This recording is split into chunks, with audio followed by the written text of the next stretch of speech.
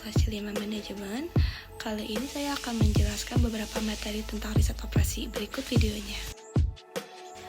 Pergeseran paradigma dalam bisnis adalah perubahan atau perkembangan besar dalam cara suatu perusahaan atau bisnis memproduksi barang atau jasanya.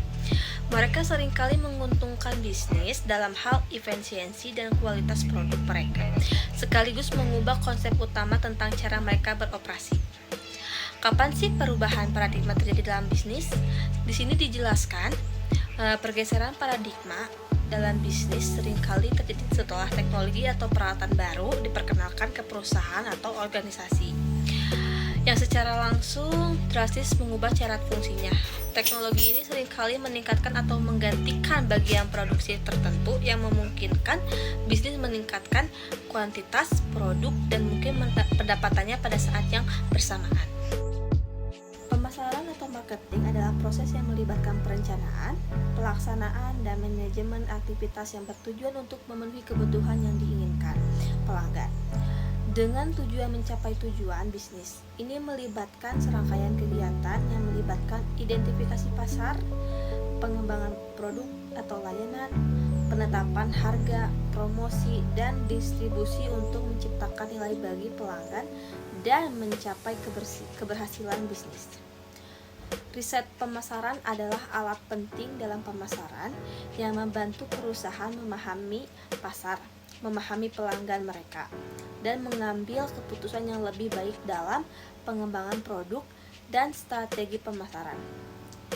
Itu memainkan peran penting dalam mencapai tujuan bisnis dan menciptakan keunggulan kompetitif.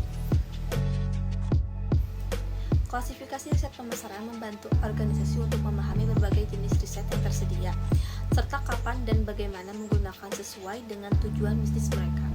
Penggunaan yang tepat dari jenis riset yang sesuai dapat memberikan keunggulan kompetitif dan membantu dalam mengambil keputusan yang lebih baik dalam pemasaran dan pengembangan bisnis.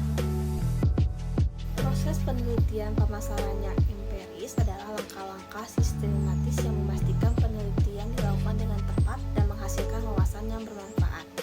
Ini membantu perusahaan dalam mengambil keputusan pemasaran yang lebih baik dan merancang strategi yang lebih efektif. Tahap-tahap dalam proses penelitian pemasaran yang empiris ada 10. 1. Identifikasi masalah penelitian. 2. Perumusan tujuan penelitian. Yang ketiga, pemilihan metode penelitian. Yang keempat, perancangan instrumen penelitian. Kelima, pemilihan sampel dan pengumpulan data.